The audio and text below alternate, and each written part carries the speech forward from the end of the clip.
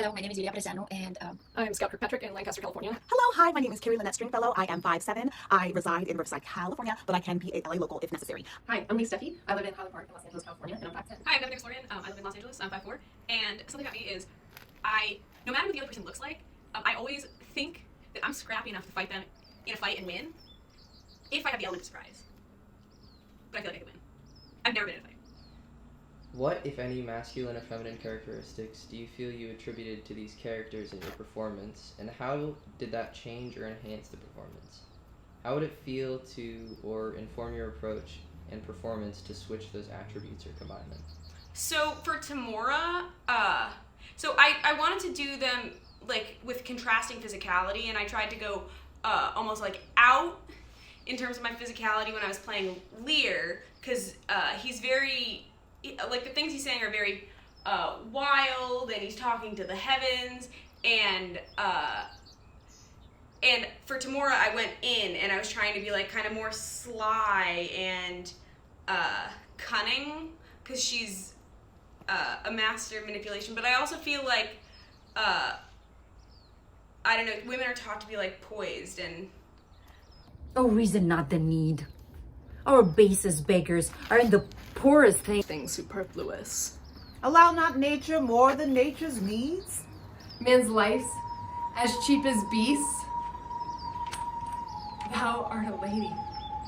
If only to go warm were gorgeous, why? Nature needs not what thou gorgeous wearest, but scarcely keeps thee warm. But for true need, you, heavens, give me that patience. Patience I need!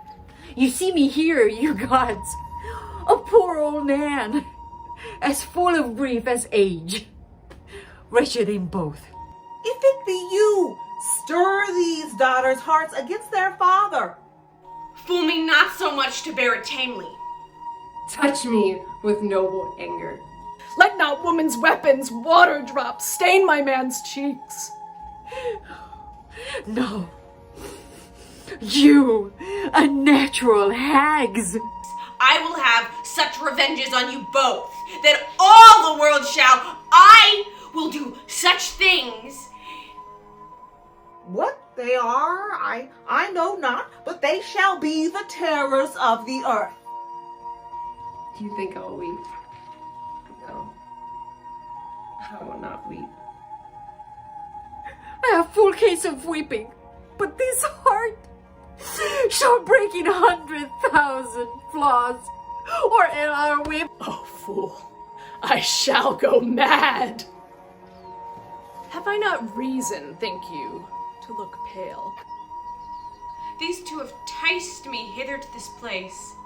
A barren, detested vale. You see it is. The trees through summer yet forlorn and lean.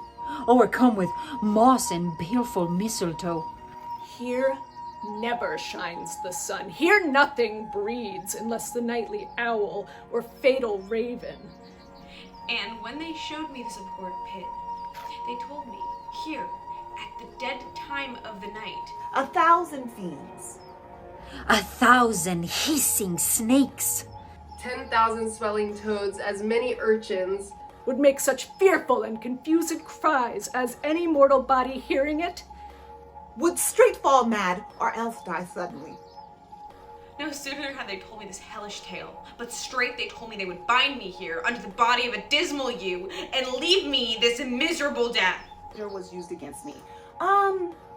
So I can relate this to my my journey in jiu-jitsu, my jiu-jitsu class.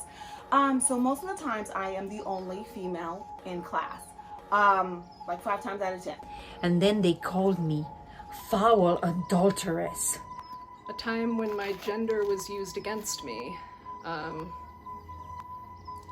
Where to start? I mean, even just when it comes to accepting sexuality, being a woman in a society that has beauty as a given when it comes to women makes it both difficult to measure up and difficult to even recognize an attraction to women. Lascivious goth in all the bitterest terms that ever did hear to such effect. A time when gender was used against me when wasn't? I'm a woman. And had you not by wondrous fortune come?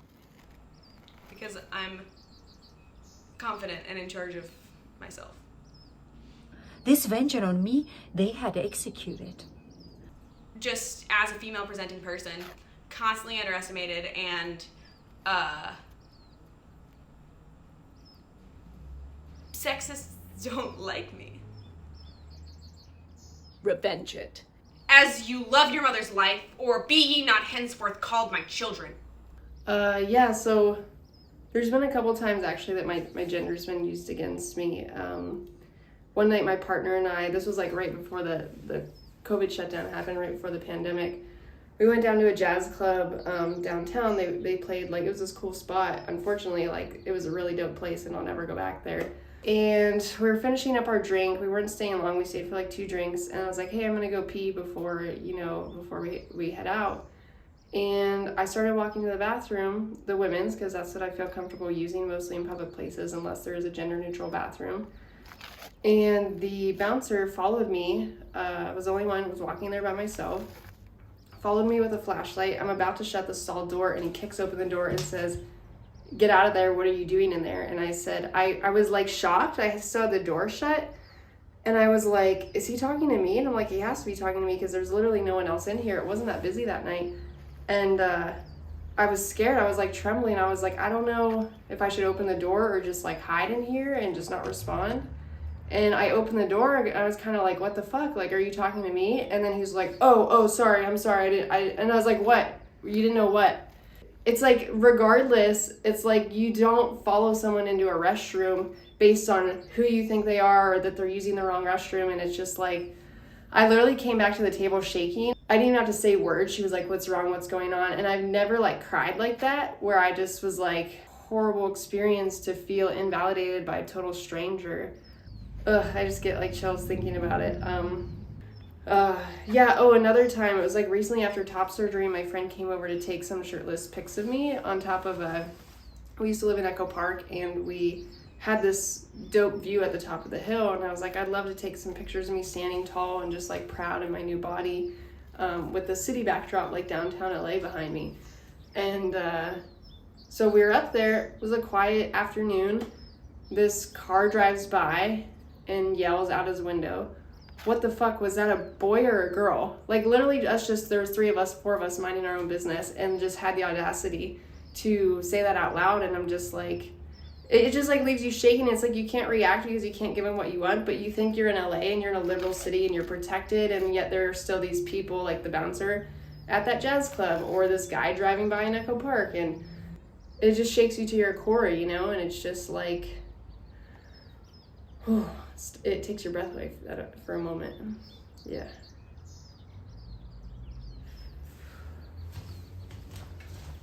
Six, 7, 8, 1, 2, 3, 4, 5, 6, 7, 8, 1, 2, 3, 4, 6, 7, 8, 7, 6, 7, 8, 7, 2, 3, 4, 5, 6, go to that, boom, yep, 5, 6, 7, 8.